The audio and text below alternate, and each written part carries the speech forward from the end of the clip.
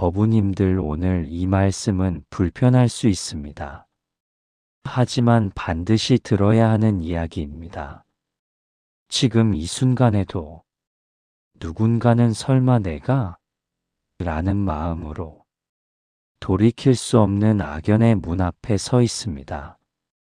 처음부터 불륜을 하려고 시작한 사람은 없습니다. 처음부터 가정을 버리려 했던 사람도 없습니다. 그런데 어느 날 잠깐의 만남, 가벼운 위로, 아무 일도 아닐 거라는 생각? 그 하나로 인생이 무너집니다. 그리고 공통점이 하나 있습니다.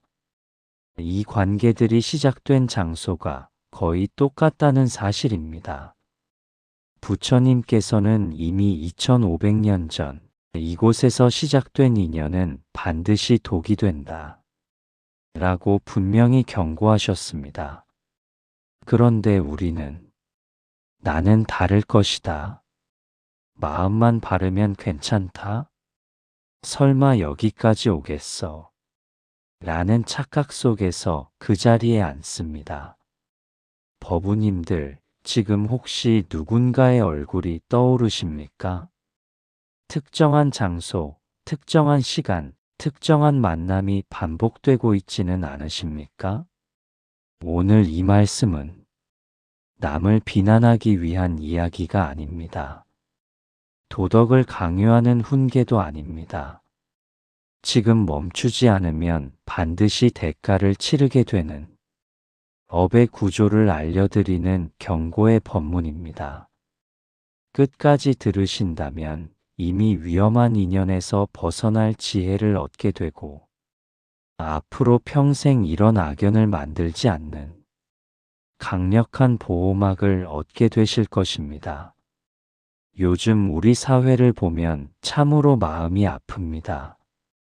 연일 터져나오는 불륜과 외도 소식들, 가정이 파괴되고 아이들이 상처받는 모습을 보면서 과연 우리가 어디서부터 길을 잘못 들어선 것인지 깊이 생각해 보게 됩니다. 그런데 불자님들, 이런 악연들이 시작되는 곳이 있다는 것을 아십니까? 단순히 우연히 만나서 생기는 일이 아니라 특정한 장소에서 특정한 마음으로 만날 때 그 악연의 씨앗이 뿌려진다는 사실을 말입니다. 부처님께서는 이미 2500여 년 전에 이런 일들에 대해 명확히 가르쳐 주셨습니다. 어떤 장소에서 어떤 마음가짐으로 만나게 되면 그것이 악연의 시작이 되는지, 그리고 우리는 어떻게 그런 함정에 빠지지 않을 수 있는지에 대해서 말입니다. 혹시 법우님들 중에서도 이런 경험이 있지 않으십니까? 처음에는 단순한 만남이었는데 어느 순간부터 그 관계가 복잡해지기 시작하고 나중에는 돌이킬 수 없는 상황까지 가게 되는 경우 말입니다. 그런 일들이 결코 우연이 아니라는 것을, 그리고 그런 악연이 시작되는 장소와 상황에는 분명한 패턴이 있다는 것을 부처님의 가르침을 통해 알아보겠습니다. 그럼 지금부터 부처님께서 직접 경계하신 악연이 시작되는 4가지 장소를 하나씩 짚어보겠습니다. 오늘 이 시간을 통해 불자님들께서는 4가지 중요한 깨달음을 얻으시게 될 것입니다.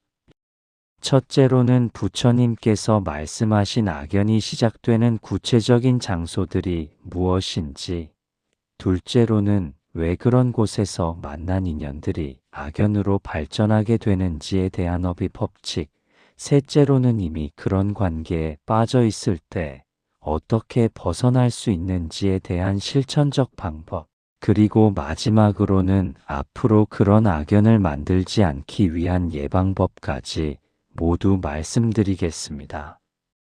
특히 오늘날처럼 남녀가 쉽게 만날 수 있는 시대에 더욱 조심해야 할 장소들과 상황들에 대해서도 구체적으로 알려드릴 것입니다. 이 이야기는 단순히 도덕적인 훈계가 아닙니다. 부처님께서 직접 경험하시고 깨달으신 인과응보의 법칙에 따른 것이며 실제로 수많은 중생들이 이 때문에 고통받고 있는 현실적인 문제입니다. 법우님들께서 오늘 이 말씀을 끝까지 들어주신다면 자신은 물론이고 가족과 주변 사람들까지도 이런 악연의 함정에서 보호할 수 있는 지혜를 얻으시게 될 것입니다. 그러면 지금부터 부처님의 가르침을 바탕으로 하나씩 차근차근 살펴보도록 하겠습니다. 첫 번째로 부처님께서 가장 경계하라고 하신 장소는 바로 술집과 유흥업소입니다. 법구경에서 부처님께서는 이렇게 말씀하셨습니다. 술을 마시는 자는 지혜를 잃고 지혜를 잃은 자는 올바른 판단을 할 수 없으며 올바른 판단을 잃은 자는 악업을 짓게 된다고 하셨습니다. 그런데 여기서 중요한 것은 단순히 술 때문만이 아니라는 점입니다. 술집이라는 공간 자체가 가지고 있는 특별한 에너지, 즉 업장이 문제라는 것입니다.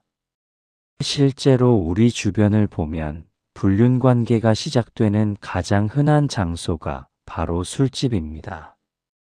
회사 회식, 동창회 각종 모임에서 술이 들어가면서 평소에 억제하고 있던 감정들이 드러나기 시작합니다. 술의 힘을 빌려 평소에 하지 못했던 말들을 하게 되고 신체 접촉도 자연스럽게 이루어지게 됩니다.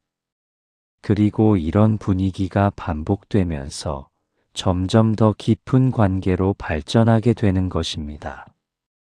부처님께서는 이런 상황을 정확히 예견하셨습니다. 증이라 함경에서는 술집에서 이루어지는 만남들에 대해 더욱 구체적으로 설명하고 있습니다. 술집에서는 사람들의 본성이 드러나며 평소에 숨겨져 있던 욕망들이 표면으로 올라온다고 하셨습니다. 특히 남녀가 함께 술을 마시는 자리에서는 더욱 조심해야 한다고 강조하셨는데 이는 술의 작용으로 인해 이성에 대한 경계심이 무너지기 때문입니다. 현대 사회에서 이런 현상은 더욱 심각해졌습니다. 예전과 달리 남녀가 함께 술을 마시는 것이 자연스러워진 상황에서 직장 상사와 부하 직원, 선후배 심지어는 기혼자들끼리도 쉽게 술자리를 갖게 됩니다. 그리고 이런 자리에서 시작된 대화들이 점점 개인적인 이야기로 발전하고 서로의 고민을 나누면서 감정적으로 가까워지게 됩니다. 부처님께서는 이런 상황에서 벗어나는 방법도 알려주셨습니다. 우선은 그런 자리에 아예 참석하지 않는 것이 가장 좋지만 어쩔 수 없이 참석해야 할 때는 몇 가지 원칙을 지켜야 한다고 하셨습니다. 첫째, 술을 마시더라도 절제해야 하며 취하지 않을 정도로만 마셔야 합니다. 둘째, 이성과의 개인적인 대화는 피하고 가능하면 여러 사람이 함께하는 대화에만 참여해야 합니다. 셋째, 늦은 시간까지 자리를 지키지 말고 적당한 때에 자리를 떠야 합니다. 넷째, 그 자리에서 알게 된 개인적인 연락처는 함부로 사용하지 않아야 합니다. 이런 원칙들을 지키는 것만으로도 술집에서 시작되는 악연의 70%는 예방할 수 있습니다. 그런데 법우님들, 술집보다 더 위험한 곳이 있습니다. 바로 개인적이고 은밀한 공간에서 단둘이 만나는 상황입니다. 카페의 구석진 자리, 개인 사무실, 자동차 안, 호텔 라운지 같은 곳에서 이성과 단둘이 있게 되면 설령 순수한 목적이었다 하더라도 상황이 급격히 변할 수 있습니다. 부처님께서는 이런 상황을 마치 불 속에 손을 집어넣는 것과 같다고 비유하셨습니다. 아무리 조심한다고 해도 결국 화상을 입을 수밖에 없다는 것입니다. 실제로 불륜으로 발전하는 관계들을 보면 대부분 이런 은밀한 공간에서의 만남들이 반복되면서 시작됩니다. 처음에는 업무상 필요에 의해서 혹은 상담이라는 명목으로 시작되지만 시간이 지나면서 점점 개인적인 이야기들이 오가게 되고 감정적인 교류가 깊어지게 됩니다. 특히 요즘처럼 메신저나 SNS를 통한 연락이 쉬워진 시대에는 이런 은밀한 만남들이 더욱 빈번해지고 있습니다. 부처님께서 주신 가르침을 현대적으로 해석해 보면 이런 상황들을 어떻게 피해야 하는지 명확해집니다. 첫째, 이성과의 개인적인 만남은 가능한 한 공개된 장소에서만 가져야 합니다. 둘째, 업무상 필요에 의한 만남이라도 다른 사람이 있는 곳에서 하거나 최소한 다른 사람들이 볼 수 있는 장소에서 해야 합니다. 셋째, 개인적인 고민 상담은 이성에게 하지 않는 것이 좋으며 꼭 필요하다면 전문 상담사나 종교인을 찾아가야 합니다. 넷째, SNS나 메신저를 통한 개인적인 대화는 최소한으로 제한해야 합니다. 이런 원칙들이 처음에는 불편하게 느껴질 수도 있지만 이것이야말로 자신과 상대방 그리고 양쪽 가족들을 모두 보호하는 지혜로운 방법입니다. 두 번째로 부처님께서 경계하라고 하신 곳은 바로 감정적으로 취약한 상태에서 만나게 되는 모든 장소들입니다. 이것은 장소 자체의 문제라기보다는 그 순간의 마음 상태와 상황이 더 중요합니다. 대반열반경에서 부처님께서는 이렇게 말씀하셨습니다. 마음이 괴로울 때 찾아오는 위로는 때로는 독이 될 수 있으며 특히 이성으로부터 받는 위로는 더욱 조심해야 한다고 하셨습니다. 우리 인생을 살다 보면 누구나 힘들고 괴로운 시기를 겪게 됩니다. 직장에서의 스트레스, 가정에서의 갈등, 경제적인 어려움, 건강 문제, 자녀 문제 등등 말입니다. 이럴 때 우리는 본능적으로 누군가의 위로와 이해를 원하게 됩니다. 그런데 문제는 이런 취약한 상태에서 이성으로부터 받는 관심과 위로가 매우 강력한 감정적 유대감을 만들어낸다는 것입니다. 실제로 불륜 관계로 발전하는 경우들을 보면 상당수가 이런 상황에서 시작됩니다. 남편과의 갈등으로 괴로워하는 여성에게 다가가는 남성, 직장에서의 스트레스로 힘들어하는 남성을 위로해주는 여성, 이런 상황들에서 시작되는 것입니다. 부처님께서는 이런 현상에 대해 매우 정확한 분석을 해주셨습니다. 고통받는 마음은 마치 가뭄에 메마른 땅과 같아서 조그마한 물방울에도 쉽게 젖어들게 된다고 하셨습니다. 그래서 이런 상태에서 받는 작은 관심과 위로도 실제보다 훨씬 크게 느껴지게 되고 그 사람에게 강한 고마움과 애착을 느끼게 된다는 것입니다. 그리고 이런 감정들이 반복되면서 점점 더 깊은 관계로 발전하게 되는 것입니다.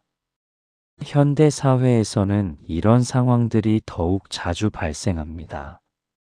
SNS를 통해 일상의 고민들을 공유하게 되고 그에 대해 댓글이나 메시지로 위로를 받게 됩니다. 처음에는 단순한 격려 정도였던 것이 점점 개인적인 이야기를 나누는 관계로 발전하고 나중에는 오프라인에서 만나서 더 깊은 대화를 나누게 되는 것입니다. 특히 배우자나 가족들이 자신의 어려움을 이해해주지 못한다고 느낄 때 다른 사람으로부터 받는 이해와 공감은 더욱 강렬하게 다가옵니다. 부처님께서는 이런 상황에서 어떻게 해야 하는지에 대해서도 명확한 가이드라인을 주셨습니다. 우선 힘들고 괴로울 때일수록 더욱 조심해야 한다는 것입니다. 그런 상태에서는 판단력이 흐려지기 쉽고 평소라면 하지 않을 선택들을 하게 될 가능성이 높기 때문입니다. 둘째, 감정적으로 취약한 상태에서는 이성과의 개인적인 만남을 피해야 한다는 것입니다. 특히 깊은 대화나 개인적인 상담 같은 것은 절대 피해야 합니다. 셋째, 정말 누군가의 도움이 필요하다면 전문가나 종교인 또는 같은 성별의 신뢰할 만한 사람을 찾아가야 한다는 것입니다. 넷째, 무엇보다 중요한 것은 그런 어려운 상황을 혼자만의 힘으로 해결하려 하지 말고 부처님께 의지하여 기도와 수행을 통해 극복해야 한다는 것입니다. 실제로 많은 불자들이 이런 방법을 통해 어려운 시기를 슬기롭게 넘겨왔습니다. 관세음보살님께 간절히 기도하고 경전을 읽으며 마음을 다스리고 참선이나 연부를 통해 내면의 평정을 되찾는 것입니다. 이런 수행들을 통해 얻게 되는 내적인 힘과 지혜는 어떤 외부의 위로보다도 훨씬 강력하고 지속적입니다. 그리고 무엇보다 부작용이나 후유증이 없습니다. 부처님께서는 또한 이런 말씀도 하셨습니다. 고통을 피하려고 더 큰 고통을 만들어서는 안 된다는 것입니다. 일시적인 외로움이나 괴로움을 달래려고 잘못된 관계에 빠져들면 결국에는 자신은 물론이고 많은 사람들에게 더 큰 고통을 주게 된다는 것입니다. 특히 기혼자의 경우에는 이런 문제가 더욱 심각합니다. 한순간의 위로를 위해 평생 쌓아온 가정을 파괴하고 자녀들에게 씻을 수 없는 상처를 주게 되는 것입니다. 부처님께서는 이런 업장이 얼마나 무거운지, 그리고 그 과보가 얼마나 오래 지속되는지에 대해서도 자세히 설명해 주셨습니다. 그래서 법우님들께 간곡히 당부드리고 싶습니다.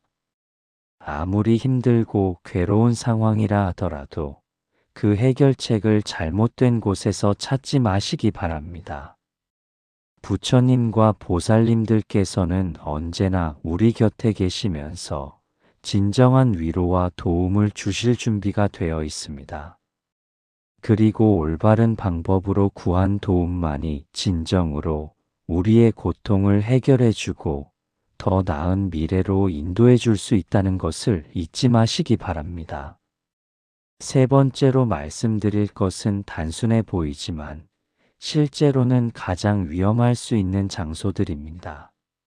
바로 일상적인 만남의 장소들이면서 동시에 친밀감을 조성하기 쉬운 곳들입니다. 묘법연화경에서 부처님께서는 이렇게 말씀하셨습니다. 작은 불씨라도 마른 풀밭에 떨어지면 큰 불길이 된다고 하셨습니다. 이 말씀은 단순해 보이는 만남이라도 조건이 맞으면 걷잡을 수 없는 결과를 낳을 수 있다는 뜻입니다. 현대 사회에서 이런 장소들의 대표적인 예가 바로 헬스장, 등산 동호회, 각종 취미 모임, 종교 모임 등입니다. 이런 곳들의 특징은 사람들이 자연스럽게 자주 만나게 되고 공통의 관심사를 바탕으로 대화할 거리가 많다는 것입니다. 그리고 함께 운동하거나 활동하면서 자연스럽게 신체적, 정신적으로 가까워질 수 있는 환경이 조성된다는 것입니다. 실제로 많은 불륜 사례들을 보면 이런 일상적인 만남의 장소에서 시작되는 경우가 적지 않습니다. 처음에는 정말 순수한 목적으로 그 모임에 참여했지만 시간이 지나면서 특정한 사람과 더 가까워지게 되고 모임 외의 시간에도 따로 만나게 되면서 관계가 발전하는 것입니다. 헬스장의 경우를 보면 더욱 명확해집니다. 운동이라는 공통의 목적으로 만나지만 운동복 차림으로 만나면서 신체적 매력을 느끼기 쉽고 운동 방법을 가르쳐 주거나 도와주면서 자연스럽게 신체 접촉이 일어나게 됩니다. 그리고 운동 후 함께 음료를 마시거나 식사를 하면서 개인적인 이야기들을 나누게 되는 것입니다. 등산 동호회도 마찬가지입니다. 산을 오르는 과정에서 서로 도와주고 아름다운 자연 풍경을 함께 감상하면서 감정적으로 가까워지게 됩니다. 그리고 산행 후 뒤풀이라는 명목으로 술자리를 갖게 되면서 관계가 더욱 깊어지는 것입니다. 더욱 놀라운 것은 종교 모임에서도 이런 일들이 일어난다는 것입니다. 물론 대부분의 종교 모임은 순수한 신앙활동의 목적으로 이루어지지만 때로는 그런 모임을 통해 잘못된 인연들이 시작되기도 합니다.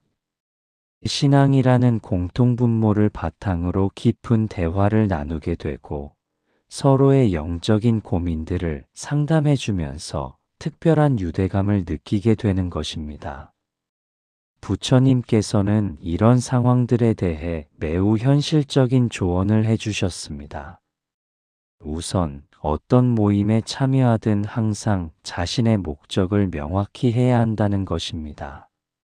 헬스장에 간다면 정말 건강을 위해서 가는 것인지, 등산 동호회에 참여한다면 정말 자연을 사랑해서 가는 것인지 스스로에게 솔직하게 물어보아야 합니다. 둘째, 그 모임에서 만난 사람들과의 관계도 적절한 선을 유지해야 한다는 것입니다. 친근하되 친밀하지는 않게, 도움을 주고받되 개인적인 영역까지 들어가지는 않게 하는 것입니다. 셋째, 모임의 원래 목적을 벗어나는 별도의 만남은 가능한 한 피해야 한다는 것입니다. 특히 이성과의 단둘이 만남은 그 이유가 아무리 정당해 보여도 조심해야 합니다. 넷째, 자신의 감정 변화를 항상 관찰해야 한다는 것입니다. 특정한 사람을 만날 때 평소와 다른 감정을 느끼거나 그 사람에 대해 자꾸 생각하게 된다면 즉시 거리를 두어야 합니다. 이런 원칙들을 지키는 것이 처음에는 어색하고 불편할 수도 있습니다. 하지만 이것이야말로 자신을 보호하고 다른 사람들에게도 해를 끼치지 않는 지혜로운 방법입니다. 부처님께서는 또한 이런 말씀도 하셨습니다. 진정한 수행자라면 모든 중생을 평등하게 대해야 하지만 동시에 자신의 수행에 방해가 되는 상황들은 지혜롭게 피해야 한다고 하셨습니다. 이것은 결코 다른 사람들을 차별하거나 배척하라는 뜻이 아닙니다. 다만 자신의 한계를 인정하고 유혹에 빠질 수 있는 상황들을 미리 예방하라는 뜻입니다. 실제로 많은 스님들이 이런 원칙을 철저히 지키고 있습니다. 여성도와 단둘이 있지 않고 개인 상담도 공개된 장소에서만 하며 불필요한 신체 접촉은 완전히 피하는 것입니다. 이것이 여성을 차별하거나 무시해서가 아니라 자신의 수행을 보호하고 상대방에게도 불편함을 주지 않기 위한 지혜입니다. 제가불자인 우리들도 이런 지혜를 배울 필요가 있습니다. 특히 기혼자의 경우에는 더욱 엄격한 기준을 적용해야 합니다. 아무리 순수한 목적의 모임이라도 그것이 가정의 평화를 해치거나 배우자에게 의심을 받을 수 있는 상황이라면 참여하지 않는 것이 좋습니다. 그리고 혹시 그런 모임에 참여한다면 항상 투명하게 행동하고 배우자와도 그 내용을 공유하는 것이 바람직합니다. 네 번째이자 마지막으로 말씀드릴 것은 현대 사회에서 새롭게 등장한 위험한 장소들입니다. 바로 온라인 공간과 가상 만남의 장소들입니다. 부처님께서는 직접 이런 상황을 경험하지는 않으셨지만 마음의 작용과 업의 원리에 대해서는 완벽하게 설명해 주셨기 때문에 그 원리를 현대 상황에 적용해 볼 수 있습니다. 아비달마구사론에서는 마음으로 짓는 업이 때로는 몸으로 짓는 업보다도 더 강력할 수 있다고 설명하고 있습니다.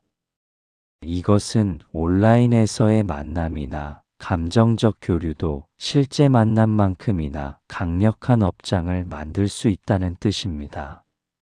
요즘은 SNS, 메신저, 온라인 게임, 화상 채팅 등을 통해 실제로 만나지 않고도 깊은 감정적 관계를 맺을 수 있습니다. 특히 코로나19 이후로는 이런 온라인 만남들이 더욱 자연스러워졌습니다.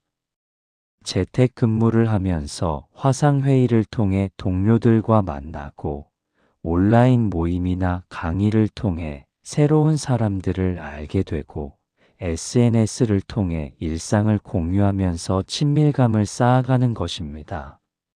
문제는 이런 온라인 관계들이 실제 관계보다도 때로는 더 강렬할 수 있다는 것입니다.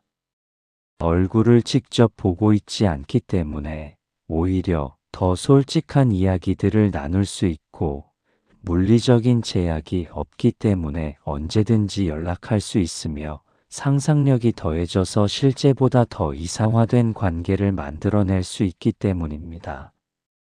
실제로 최근 들어 온라인에서 시작된 불륜 사례들이 급증하고 있습니다. 처음에는 업무상 필요에 의해 시작된 메신저 대화가 점점 개인적인 이야기로 발전하고 나중에는 깊은 밤까지 긴 대화를 나누게 되고 결국에는 실제로 만나게 되는 것입니다.